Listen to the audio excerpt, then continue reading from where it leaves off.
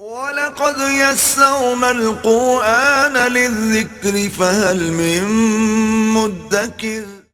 بسم اللہ الرحمن الرحیم۔ آج ہمارا 16واں سپارہ قرآن پاک کا جس کا مطالعہ کرنے چلے جا رہے ہیں۔ 3 پوائنٹ اس میں انتہائی اہم ہے جس کی ہم آج انشاءاللہ مختصر سی تشریح کو سمجھنے کی کوشش کریں گے۔ سب سے پہلی چیز جو جہاں سے اس کا آغاز ہو رہا ہے اس سے تھوڑا سا پہلے یعنی 15ویں سپارے کے آخر میں ایک واقعہ ہے جو اللہ رب العزت نے بیان فرمایا۔ وہ کیا ہے؟ سیدنا موسیٰ علیہ نبینا وعلیہ السلام علوم تشریعی کے ماہر جاننے والے اور نبی تھے جو کہ مبعوث فرمائے گئے۔ آپ کے ساتھ یوشع بن نون علیہ السلام جو کہ بعد میں نبوت کے درجے پر فائز ہوئے اور ان کی قبر مبارک بھی یہاں اردن کے اندر موجود ہے، یہ ان کے ساتھ موجود تھے۔ ایک ایسا واقعہ ہوا کہ جس واقعے کی وجہ سے اللہ رب العزت نے ارشاد فرمایا کہ تم سے زیادہ جاننے والا بھی میرا ایک بندہ موجود ہے۔ آپ اس کی تلاش میں نکل کھڑے ہوئے کہ میں بھی اس صاحب علم سے ملاقات کروں۔ وہ حضرت خضر علیہ السلام تھے۔ وہ علوم تکوینی کے ماہر تھے اور اس کے نفاذ کے لیے اللہ کے حکم سے کام کرتے تھے۔ بہرحال ایک علامت بتائی گئی، وہاں علامت کو دیکھتے ہوئے سیدنا موسیٰ علیہ نبینا وعلیہ السلام پہنچے۔ آگے جو بات ہوئی اصل وہ مقصود ہے ہماری سمجھنے والی۔ کچھ ایسی چیزیں ہوتی ہیں کہ جو بظاہر ہمیں نقصان کی نظر آ رہی ہوتی ہیں لیکن اس کے اندر حکمت کیا ہوتی ہے وہ اللہ رب العزت ہی جانتے ہیں۔ حضرت خضر علیہ السلام کے پاس جب موسیٰ علیہ نبینا وعلیہ السلام پہنچے تو انہوں نے کہا کہ میں آپ کے اتباع میں رہوں گا، آپ کے ساتھ رہوں گا اور آپ مجھے علم سکھائیں جو اللہ نے آپ کو عطا فرما دیا۔ سیدنا خضر علیہ السلام نے جواباً ارشاد فرمایا کہ تم صبر نہیں کر سکو گے، تم میں وہ طاقت نہیں ہے، تم میں وہ استطاعت نہیں ہے۔ انہوں نے کہا نہیں، میں انشاءاللہ تعالی العزیز آپ مجھے دیکھیں گے کہ میں آپ کی ہر بات کی اتباع کروں گا۔ انہوں نے کہا چلو اگر اتباع کرو گے تو ایک ہی ہے کہ مجھ سے کوئی سوال نہ کرنا جب تک کہ میں خود تمہیں اس کا جواب نہ دے دوں۔ قرآن پاک میں اللہ رب العزت نے خود ارشاد فرما دیا کہ قال فإن اتبعتني فلا تسألني عن شيء حتى أحدث لك منه ذكرا۔ آپ نے میں جو بھی کام کرتا رہوں خاموشی سے دیکھتے رہنا ہے، جب میں خود بیان کروں تو میں خود ہی کر دوں گا، آپ نے سوال نہیں کرنا۔ سیدنا موسیٰ علیہ نبینا وعلیہ السلام نے فرمایا ٹھیک ہے، بالکل مجھے یہ قبول ہے شرائط۔ یہاں سے علماء مفسرین فرماتے ہیں ایک استاد اگر کسی شاگرد کو کچھ پڑھانا چاہتا ہے اور کوئی ادارے میں پڑھنے کے لیے آتا ہے یا علم حاصل کرنا چاہتا ہے تو استاد کو یہ حق حاصل ہے کہ کچھ شرائط لگا دے کہ میں تب تمہیں اجازت دوں گا علم کے حاصل کرنے کی اپنے سے تب جب تم ان شرائط کا لحاظ رکھو گے۔ یہاں پر بھی ان شرائط کا لحاظ رکھوایا گیا۔ اب جب چلتے ہیں تو پہلا ہی کام کیا ہوا، کشتی میں سوار ہوئے اور کشتی میں سوار ہونے کے بعد انہوں نے حتی اذا رکبا فی السفینۃ خرقھا، جب سفر مکمل ہو گیا دوسری طرف اترے، کشتی والے نے نیک لوگ سمجھ کے ان سے کرایہ بھی وصول نہیں کیا۔ یہ اترے تو اتر کر انہوں نے کشتی کا ایک تختہ اس کو اکھیڑ دیا، اب کشتی کو عیبدار بنا دیا۔ اب موسیٰ علیہ نبینا علیہ السلام بظاہر یہ دیکھ رہے ہیں کہ جس نے احسان ہم پر کیا اس کے ساتھ حسن سلوک کا تقاضا یہ تھا کہ اچھائی کی جاتی، یہ تو برائی ہو گئی، تو فوراً سوال کر دیا اور کیا کہا؟ انہوں نے فرمایا کہ لقد جئت شیئا امرا، یہ تو آپ نے بڑا عجیب کام کر دیا۔ فوراً یاد دلایا خضر علیہ السلام نے، قال الم اقل انک لن تستطيع معي صبرا، میں نے آپ سے پہلے نہیں کہہ دیا تھا آپ میرے ساتھ چلنے کی، صبر کرنے کی استطاعت اور طاقت ہی نہیں رکھتے؟ ہاں نہیں، چلے کوئی بات نہیں، اب آگے چلتے ہیں، آگے میں اس کا خیال رکھوں گا۔ دوسرا واقعہ یہ ہوا حتی اذا لقی غلاما فقتلہ، ایک بچہ کھیل رہا تھا اور بچوں کے ساتھ سیدنا خضر علیہ السلام اس کے قریب گئے اور جا کر اس کو قتل کر دیا۔ اب ایک معصوم بچے کو قتل کر دیا گیا، یہ بات سیدنا موسیٰ علیہ السلام کے لیے بہت بڑی اور بہت بھاری تھی۔ شریعت کا علم جانتے تھے لہذا رہا نہیں گیا، چپ نہیں رہا گیا، پھر فرما دیا قال اقتلت نفسا زکیۃ بغیر نفس، آپ نے ناحق قتل کیسے کر دیا؟ اب جواب میں پھر انہوں نے فرمایا قال الم اقل لك انك لن تستطيع معي صبرا، میں نے آپ کو پہلے بھی کہا تھا آپ میرے ساتھ چلنے کی استطاعت صبر کی طاقت ہی نہیں رکھتے. پھر انہوں نے تیسری مرتبہ معذرت کی, دوسری مرتبہ فرمایا قال ان سألتک عن شیء بعدها فلا تصاحبنی, اگر اب کے بعد میں نے کوئی سوال کیا تو آپ مجھے اپنے ساتھ مت رکھیے گا. تیسرا کام کیا ہوا, یہ ایک بستی میں گئے, وہاں پر رات گزارنا چاہتے تھے. آج کل کی طرح سرائے یا ہوٹلز نہیں ہوا کرتے تھے. اب کسی نے بھی مہمان نوازی کو قبول نہیں کیا, بلکہ سب نے کہا یہاں سے آپ چلے جائیے, یہاں پہ آپ کو رات گزارنے کی اجازت نہیں ہے. اب یہ بڑے صدمے کی بات تھی, نہ کھلایا نہ پلایا, بھوکے پیاسے, ان کو وہاں رہنے کی بھی اجازت نہیں دی. اب یہ جب نکلنے لگے تو جو راستہ تھا اس کے اوپر ایک دیوار تھی جو ٹیڑھی ہوئی بھی تھی اور گرنے کے قریب تھی. سیدنا خضر علیہ السلام نے اس کو ہاتھ ایسے کیا اور اس کو سیدھا کر دیا. تو اس میں موسیٰ علیہ السلام نے پھر ایک سوال کیا کہ اگر آپ چاہتے تو لو شئت لاتخذت علیہ اجرا, جنہوں نے حسن سلوک نہیں کیا ان کے آپ نے حسن سلوک کر دیا ان کے ساتھ. اگر آپ چاہیں تو ان سے اجرت لیں, اور اجرت لے کے اسی کا ہم کھانا اور رہائش کا انتظام کریں گے. جب یہ بات کہی تو خضر علیہ السلام نے یہاں سے الگ کر دیا. قال هذا فراق بینی و بینک, یہاں سے اب آپ تمہاری جدائی ہے. پھر تینوں کے جواب مرحمت فرمائے. آپ دیکھیں اللہ کی حکمت پوشیدہ ہوتی ہے. بعض اوقات ہمیں کوئی غم ملتا ہے لیکن اس کے اندر بے تحاشا حکمتیں اور خیریں پوشیدہ ہوتی ہیں. تو ایک ایک چیز کا جواب دیا. سب سے پہلی بات کا جواب یہ دیا, اما السفینۃ فکانت لمساکین یعملون فی البحر فاردت ان اعیبها, میں نے اس لیے کہ وہ بڑے محنت کرنے والے لوگ تھے, میں نے اس لیے ان کا تختہ اکھیڑ دیا. وَكَانَ وَرَاءَهُمْ مَلِكٌ يَأْخُذُ كُلَّ سَمِيرَةٍ غَصْبًا, دوسری طرف بادشاہ زبردستی کشتیوں کو پر قبضہ کر رہا تھا, چھین رہا تھا, عیب دار بنا دی. اب اس کو وہ چھوڑ دے گا. اب بتاؤ اچھا کام کیا ان کے ساتھ یا حسن سلوک کیا یا ظلم کیا؟ یہ تو بہت اچھا کیا. اچھا دوسرا جو بچہ قتل ہوا, فرمایا کہ وَأَمَّا الْغُلَامُ فَكَانَ أَبَوَاهُ مُؤْمِنَيْنِ فَخَشِينَا أَن يُرْهِقَهُمَا طُغْيَانًا وَكُفْرًا, یہ بچہ اس کے والد و والدہ دونوں بہت نیک, اس سے بہت محبت کرتے تھے, لیکن اس بچے کی محبت میں آ کر جو اصل اللہ کی محبت ہے اس بات کا آگے چل کر قوی یقین تھا کہ یہ اس کی محبت میں اللہ کے ساتھ کفر کر بیٹھیں گے, اپنی آخرت تباہ کر دیں گے. تو اللہ جل شانہ نے فَأَرَدْنَا أَن يُبْدِيَ لَهُمَا رَبُّهُمَا خَيْرًا مِّنْهُ زَكَاةً وَأَقْرَبَ رُحْمًا, اس کو لے کر جب یہ صبر کریں گے اللہ اگلی اولاد جو دیں گے وہ نیک, پارسا اور زیادہ محبت اور خدمت گزار. اب بتائیں اچھا کام کیا کہ برا کام کیا؟ بہت اچھا کام کیا. اچھا وہ دیوار جو سیدھی کی اس کا بھی جواب دے دیا. وَأَمَّا الْجِدَارُ فَكَانَ لِغُلَامَيْنِ يَتِيمَيْنِ فِي الْمَدِينَةِ وَكَانَ تَحْتَهُ كَنْزٌ لَهُمَا, دو یتیم بچے, اور وَكَانَ أَبُوهُمَا صَالِحًا, ان کے والد نیک تھے. لہذا انسان کی نیکی کا اثر خود اس کی زندگی میں بھی چلتا ہے, اس کے آگے اولاد کو بھی نفع دیتا ہے. قرآنی تعلیمات یہ بتاتی ہیں. اس لیے فرمایا کہ وہ بچے بڑے ہونے سے پہلے یہ دیوار گر جاتی تو اس کے نیچے جو ان کا خزانہ دفن ہے وہ خزانہ دوسرے لوگ نکال لیتے.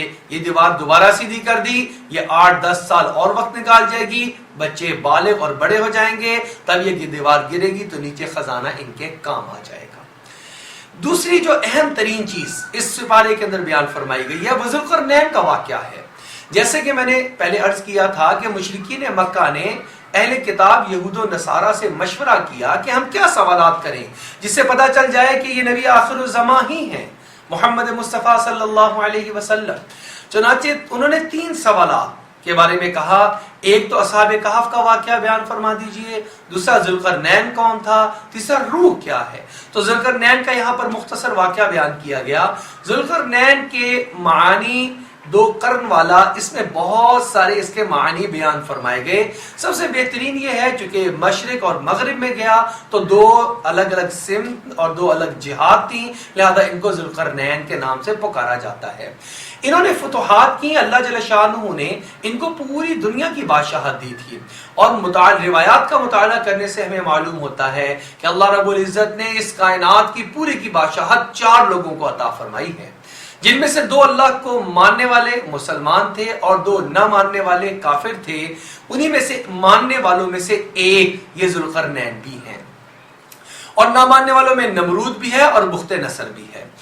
غرض اللہ رب العزت نے ان کو تمام تر اسباب اور وسائل دیے، تو انہوں نے سب سے پہلے جو سفر کیا وہ مغربی ممالک کا کیا، حتی اذا بلغ مغرب الشمس، جہاں سورج غروب ہوتا ہے آخری سطح تک گئے، فتوحات کر لیں، وہاں گئے تو دیکھا ایک قوم ہے جو کہ وجدہا تغرب فی عین حمیۃ ووجد عندہا قوما، وہاں پر ایک قوم دیکھی جو کہ شرک کر رہی تھی، ان کو دعوت دی، جو مان گئے ان کو وہاں پر آباد کر دیا، جو نہ مانے ان کو سزا دی گئی۔ پھر انہوں نے مشرق کا قصد کیا اور یہ مشرق میں گئے، اور حتی اذا بلغ مطلع الشمس، وہاں پر بھی ایک قوم کو دیکھا جو سورج کے طلوع ہونے کی عبادت کرتی تھی، وہاں پر بھی اسی طریقے سے دعوت دی، بہت سارے لوگ ایمان لے کر آ گئے اور کچھ نہ لائے ان کو سزا دی۔ پھر انہوں نے شمال کا ایک سفر کیا، اور وہاں کے بارے میں قرآن کہتا ہے حتی اذا بلغ بین السدین وجد من دونہما قوما لا یکادون یفقہون قولا قالوا یا ذی القرنین ان یأجوج ومأجوج مفسدون فی الارض، وہاں پر گئے تو انہوں نے کہا کہ یاجوج ماجوج جو ایک قوم ہے اس سے زمین میں بہت فساد مچایا ہوا ہے، ہم آپ کو کچھ رقم دیتے ہیں، آپ کے پاس اسباب ہیں، وسائل ہیں، آپ ان کے اور ہمارے درمیان کے اندر ایک دیوار قائم کر دیجئے۔ اس کو سد ذوالقرنین کی دیوار یا یاجوج ماجوج کی رکاوٹ والی دیوار بھی کہا جاتا ہے۔ انہوں نے وہاں پر دیوار کو قائم کیا، یاجوج ماجوج وہاں پر موجود ہیں۔ وہ کیا قوم ہے؟ قرآن نے ان کا تذکرہ ایک اور سورہ انبیاء کے اندر بھی کیا ہے، احادیث مبارکہ میں اس کی بڑی تشریح ملتی ہے۔ ایک ایسی قوم کہ جو کہ اللہ نے ذوالقرنین کے ہاتھ سے ان کو بند کروا دیا، فتحت کے الفاظ آتے ہیں، ایک وقت آئے گا جب وہ دیوار گرا کر کھل جائیں گے اور وہ پوری روئے زمین پر پھیلیں گے، نہ پانی کے قطرے کو چھوڑیں گے، نہ درختوں اور فصلوں کو چھوڑیں گے، ختم کرتے چلے جائیں گے، حتیٰ کہ انسانیت کو ان سے بہت زیادہ خطرہ ہو جائے گا۔ اور پھر وہ وقت کے نبی جو علیہ الصلوۃ والسلام سیدنا عیسیٰ علیہ نبینا علیہ الصلوۃ والسلام کا زمانہ، اور وہ ان کی بددعا سے ہلاک کر دیے جائیں گے، اللہ جل شانہ اپنے حکم سے ان کو ہلاک کریں گے۔ یہ قرب قیامت کی علامات میں سے ایک علامت بھی ہے۔ بہرحال یاجوج موجوج قوم موجود ہے، اللہ رب العزت نے ان کو روکا ہوا ہے، قرآن کی ہدایات اور تعلیمات ہیں، آج ابھی تک ہم ان تک نہیں پہنچے، لیکن ہو سکتا ہے کہ ہم ان تک پہنچیں، لہٰذا ہمیں قرآنی ہدایت ہے کہ اس پر ایمان لے کر آ جائیں۔ یہ یاجوج ماجوج کا جو واقعہ ہے، اس واقعے سے بھی ہمیں کچھ چیزیں جو سبق آموز ملتی ہیں، وہ یہ ہیں کہ جب بھی کوئی فساد مچانے والی زمین میں جگہ ہوتی ہے یا لوگ ہوا کرتے ہیں، اللہ جل شانہ کو وہ پسندیدہ نہیں ہوتے، ان کا دروازہ ہمیشہ روکا جاتا ہے، قدرت ان کو روک دیتی ہے، لہذا ظلم اللہ جل شانہ یا فساد اللہ جل شانہ زمین میں کسی بھی حالت میں پسند نہیں فرماتے۔ اس سے آگے چلیں تو مختلف انبیاء علیہ الصلوۃ والسلام کے قصص ہیں، جن میں سیدنا ابراہیم علیہ الصلوۃ والسلام کا کہ ان کی خاص اپنے والد کے ساتھ اعزاء و اقارب میں قریبی کو کیسے دعوت دی جائے گی۔ یہ اللہ جل شانہ فرما رہے ہیں کہ انہوں نے ابراہیم علیہ الصلوۃ والسلام نے اپنے قریبی یعنی اپنے والد اور اپنے چچا ان کو کیسے دعوت دی۔ وَاذْكُرْ فِي الْكِتَابِ إِبْرَاهِيمَ إِنَّهُ كَانَ صِدِّيقًا نَبِيًّا اذ قال لأبيه یا اباتی، اے میرے والد محترم، عزت کا خیال رکھنا اشد ضروری، لما تعبد ما لا يسمع ولا يبصر ولا يغني عنك شيئا، کتنے خوبصورت پیرائے میں، آپ ایسے بتوں کی عبادت کیوں کرتے ہیں جو نہ سنتے ہیں، نہ دیکھتے ہیں، نہ سمجھتے ہیں، نہ جواب دیتے ہیں۔ آگے پھر فرمایا خاص طور پر یا ابتی انی قد جاءنی من العلم، میرے پاس علم موجود ہے، اگر آپ کہیں تو میں اللہ کی طرف رہنمائی کر دوں۔ اور یا ابتی لا تعبد الشیطان، آپ شیطان کی عبادت کر رہے ہیں، یہ بتوں کی عبادت رحمان کی عبادت سے ہٹنا ہے، شیطان کی عبادت کو کرنا ہے۔ وہ نہیں مانے، تسلیم نہیں کیا، لیکن انہوں نے اپنے رخ کو اور اپنے الفاظ کو اور اپنے اخلاق کو قائم رکھا، وہاں سے سلام کر کے ہٹ گئے، لیکن اپنے قریبی اعزاء و اقارب خاص طور پہ اپنے سے بڑے ان کے ساتھ بے ادبی اور بد اخلاقی سے پیش نہیں آئے۔ آج اگر ہم نماز پڑھنے لگ جائیں تو اپنے والدین کو کس طریقے سے دین کی طرف متوجہ کرنا ہے، ہمیں اپنے بڑوں کو دین کی بات کو کیسے سمجھانا ہے، شادی بیاہ کے موقع پر اگر ہم چاہتے ہیں کہ ہمارے بڑے دین کے مطابق شادی کے فریضے کو سر انجام دیں، ہماری شادی ہے، ہم اس میں اکڑ کے کھڑے نہ ہوں، ہم اس میں سوچ و بچار اور دعوت اور سمجھانے کے راستے کو اختیار کریں۔ اسی طریقے سے اللہ جل شانہ نے موسیٰ علیہ السلام کا بھی قصہ بیان کیا، وَاذْكُرْ فِي كِتَابِ مُوسَىٰ إِنَّهُ كَانَ مُخْلَصًا وَكَانَ رَسُولًا نَبِيًّا۔ اس کے بعد اگلے نبی وَاذْكُرْ فِي كِتَابِ اسماعیل، اس کے بعد وَاذْكُرْ فِي كِتَابِ ادریس، اور سب کی دعوت کو بیان کرنے کے بعد کہا اولئک الذین انعم اللہ علیہم من النبیین من ذریۃ آدم، یہ سارے وہ ہیں جن کے اوپر اللہ نے انعام کیا، انہوں نے کبھی بھی بد اخلاقی اور بدخوئی سے اپنی قوم کو خطاب نہیں فرمایا۔ یہ بنیادی چیز ہے کہ ہمیں دین کو پھیلانا ہے، معاشرے کے اندر ہمیں حسن اخلاق کی اشد ضرورت پڑے گی۔ آخری چیز جو یہاں پر اس سپارے کے اندر ہے وہ موسیٰ علیہ نبینا علیہ الصلوۃ والسلام کا واقعہ ہے، جو بڑی تفصیل سے بیان ہوا کہ وہ جب کوہ طور پر گئے تو پیچھے قوم کیسے گمراہ ہو گئی، ہارون علیہ السلام سے انہوں نے کیسے آگے کلام کیا، اور سامری سے کس طریقے سے انہوں نے نبٹے، اور اپنی قوم کو کیسے واپس گمراہی سے نکال کر ہدایت کی طرف لے کر آئے۔ پوری ایک سٹرگل، پوری ایک محنت، اس کا جو ایک بڑا بنیادی یہاں پر چیز ہے وہ کیا بیان کی جاتی ہے کہ اللہ جل شانہ نے ان کو جو خاص صفات عطا فرمائی تھیں، بڑے جوش اور جذبے کے باوجود ان کی استقامت اور صبر تھا، ان کا تحمل تھا، ان کی بردباری تھی، جس کی وجہ سے یہ اپنی قوم کو ہدایت پر لانے میں کامیاب ہو گئے تھے۔ یہاں پر ایک سوال کیا گیا وَيَسْأَلُونَكَ عَنِ الْجِبَالِ، یہ آپ سے پہاڑوں کے بارے میں سوال کرتے ہیں۔ سیدنا موسیٰ علیہ السلام کا قصہ چل رہا ہے، اس میں پہاڑ کا ذکر بھی آ گیا، کیونکہ کوہ طور کا بھی ذکر ہے، وہ بھی پہاڑ ہے۔ بتانا یہ مقصود ہے کہ یہ لوگ یہ استقامت کے پہاڑ تھے، استقامت کے پہاڑ تھے۔ یہ لوگ بے تحاشا اپنی قوم کی غلطیوں کوتاہیوں کے باوجود ان سے متنفر نہیں ہوئے اور ان کی اصلاح کی فکر کرتے رہے۔ اللہ رب العزت نے ایک دن کو ہدایت عطا فرما دی۔